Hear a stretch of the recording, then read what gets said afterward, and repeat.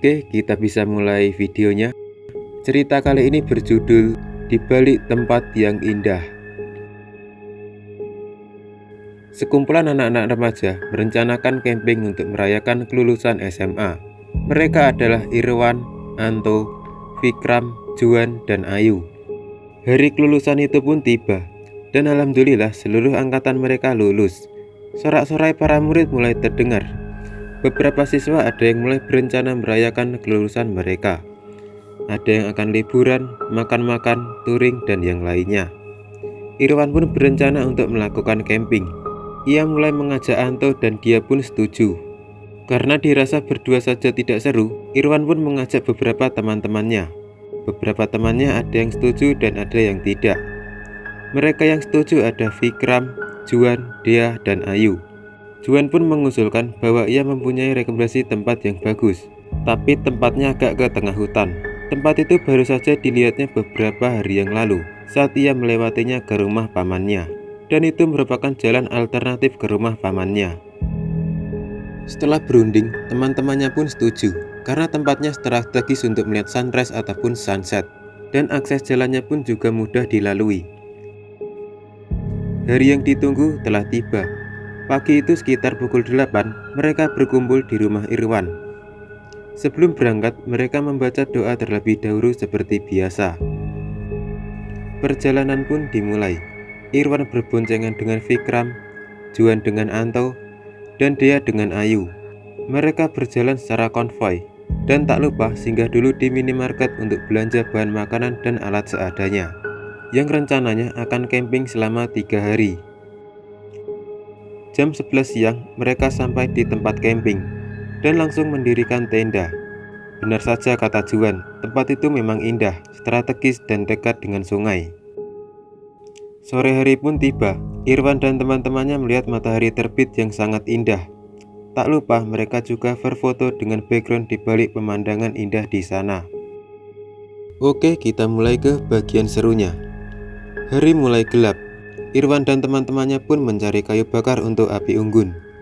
Irwan, Juan, dan Ayu pergi ke sebelah utara, sedangkan Vikram, Anto, dan Dea ke sebelah selatan. Saat sedang mencari kayu bakar, Ayu melihat Dea berjalan ke tengah hutan. Padahal tadi Ayu yakin dia ke arah selatan bersama Vikram dan Anto. Kenapa sekarang malah bersamanya ke arah utara?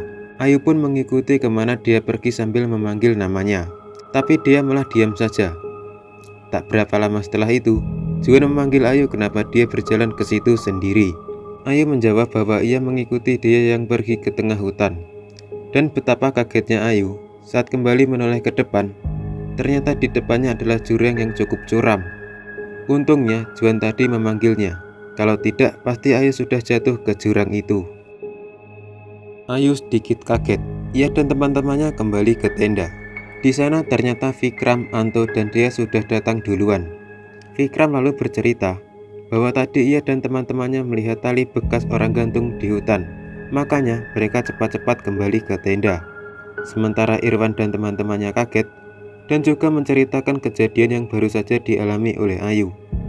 Hati mereka sedikit getar, tapi tetap melanjutkan untuk kemah. Mungkin tantangannya ya, pikir mereka. Irwan membakar kayu bakar tadi yang sudah dikumpulkan walaupun sedikit.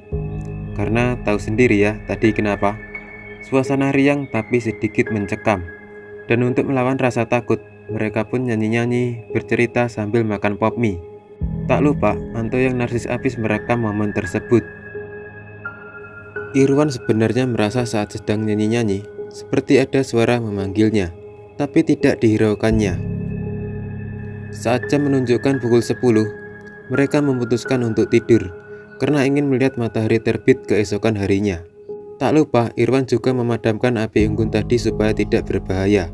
Nggak sampai 30 menit setelah itu, Irwan kebelet pipis dan memutuskan untuk pipis sendiri.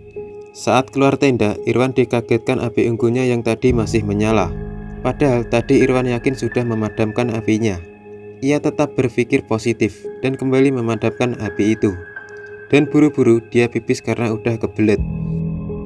Nah, saat pipis itu, samar-samar Irwan melihat bayangan hitam tinggi besar di balik pepohonan. Tapi kembali tidak dihiraukannya, karena pikirnya efek dari ngantuk. Dan ia kembali ke tenda. Saat jam menunjukkan pukul setengah 12, dia terbangun karena juga kebelet pipis. Ia tidak berani dan meminta Ayu untuk menemaninya. Ayu pun bangun dan langsung menemaninya tanpa bicara apapun. Saat sedang pipis tidak ada hal aneh. Namun saat dia kembali ke tenda, ia kaget karena Ayu di tenda masih terlelap tidur. Dan saat dia menoleh ke belakang, nampaklah sosok hitam besar menyeramkan di belakangnya. Sontak dia kaget dan berteriak hingga membangunkan teman-temannya. Lalu sosok itu pun hilang. Tubuh dia gemetaran dan sambil nangis saking takutnya. Ayu pun mencoba menenangkan dia. Irwan yang bertanggung jawab karena semua ini adalah idenya, lalu mengajak teman-temannya segera pergi meninggalkan tempat tersebut malam itu juga. Dan karena dari tempat camping itu jauh dari rumah mereka, Juan pun lalu mengajaknya ke rumah pamannya, yang kebetulan tak jauh dari tempat itu. Sesampainya di sana, pamannya Juan yang bernama Paman Ardi kaget kenapa mereka bisa camping di tempat angker seperti di sana.